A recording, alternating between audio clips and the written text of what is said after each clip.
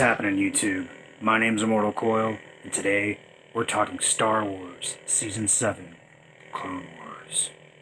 Ahsoka Tano, amongst the top female Jedi characters ever created, gets her first story arc in the middle 4 episodes of Season 7, Star Wars The Clone Wars. But is this arc any good? Well, let's dive in. Overall, I was disappointed with the story arc for several reasons. Since we were advised by Sam Witwer to consider each story arc its own separate movie, I've decided to review them as separate little movies. And this arc concerns Ahsoka's Great Spice Caper. A story arc which comes out like a shit and then plops like a turd. Now the idea of the story seems like it would be a good one. The side characters involved and the way that they executed it didn't sit well with me. And for those reasons, I would probably rate this 2.5, 3 at best in the entirety of Star Wars The Clone Wars. Over the course of 4 episodes, Ahsoka Tano wrecks her speeder bike, falls down a really big hole, and meets up with the Martez sisters. The younger one, Trace, feels bad and fixes Ahsoka's speeder bike for her in exchange for helping her repair her starship. Then the older sister, Rafa, comes in and convinces them to all team up and buy some killer robots. Sir, my first job was programming binary load lifters, very similar to your evaporators in most respects. Now, the robots are killers, so they kill the robots. And then they owe the dude who owns the robots some money. So naturally they get on their new spaceship and fly out into the universe to run some spies for some intergalactic gangsters. These are like teenagers, right? So they go and they pick up the spies, and on their way back to Gangster Planet, we found out that the reasons they can't get along are overboiling, and they end up dumping the shipment. So they show up at an intergalactic gangster's house with no product.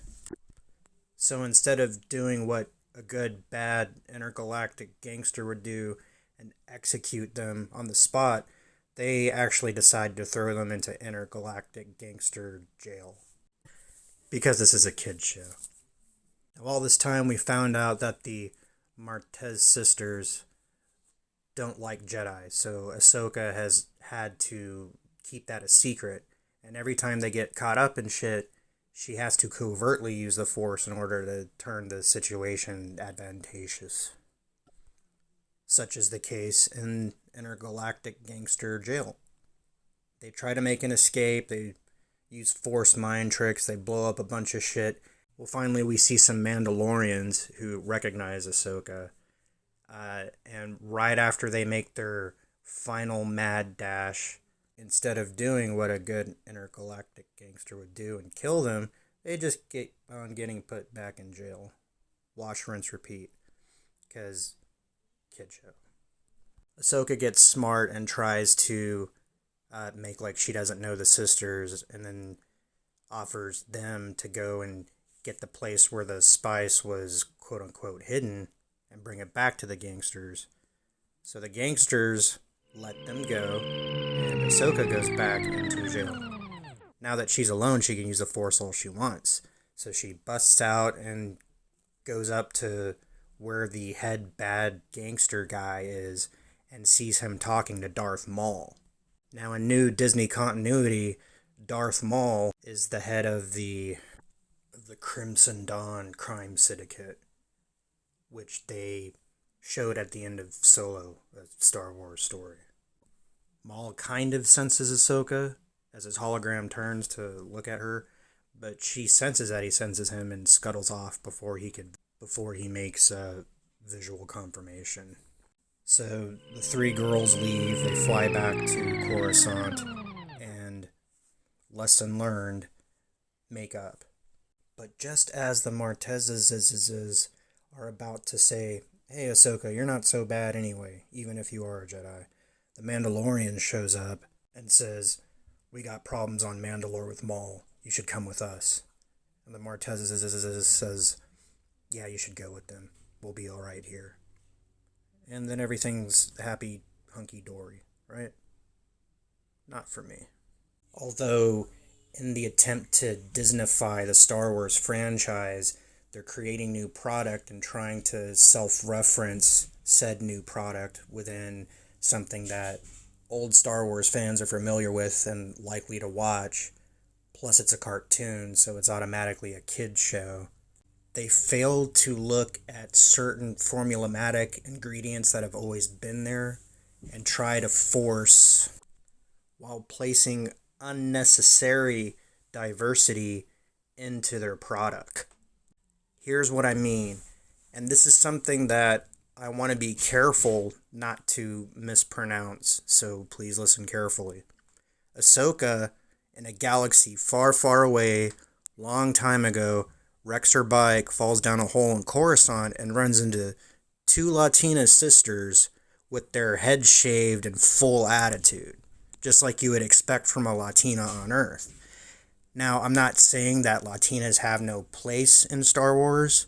Senator Bail Organa was played by a Latin man, but he was not presented as Latin, and he didn't have a Latin last name like Martez. Last names in Star Wars have always been more esoteric than that. You got Shaak Ti, you got Mace Windu, you got Anakin Skywalker, you got Ahsoka Tano. You don't have Anakin Stewart Smith, you don't have Ahsoka Vasquez, you don't have General Wu Tan saying ting tang ching chang ping pong. That's just not how Star Wars is formulated. So Disney, in doing this, is trying to do more of that inclusivity stuff. So Latin people can look up on the screen and see themselves presented proudly alongside Ahsoka Tano, who is going to end up being probably the third most powerful female Jedi ever. Diversity is a good thing. Inclusion is a good thing. We've seen multiracial cast in Star Wars since its inception, but it didn't break that Earth Star Wars galaxy wall.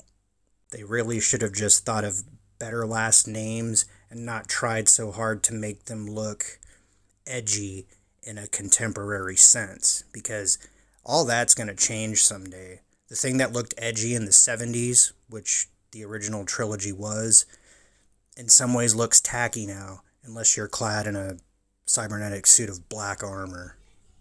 Now, the last season of Star Wars contains 3 of these 4-block episode movies, and you can tell that they used the tail end of this Ahsoka Tano story arc to set up the next Ahsoka Tano story arc, which is going to involve Darth Maul.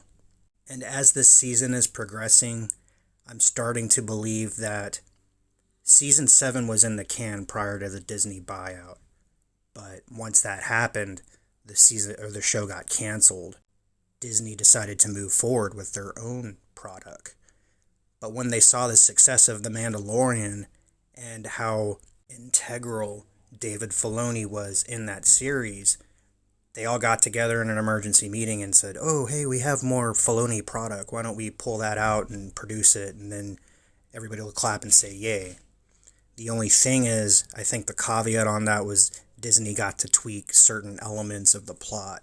So I don't believe that these 2 women were named Martez or Latina in the beginning. Maybe they were Latina, I don't know. But I think they would have had different last names, because you don't go to a galaxy far away and run into people with Earth-type last names. Star Wars had its own formula for that. So Disney stick to that formula because the fandom menace is watching. So, there you have it. My thoughts on Ahsoka Vasquez. My name's Immortal Coil. Like, share, subscribe. Drop me a comment. Let me know what you want to see covered on future editions of Savage Spirituality. Check out my brothers and sisters in the Fandom Menace. We're a group of channels dedicated to the purity of storytelling and our modern mythology. Together, you and I can turn around the shit show that constitutes entertainment in 2020. And remember, We go to the galaxy far, far away to escape our current modern circumstance. We do not then again wish to be confronted by our current modern circumstance.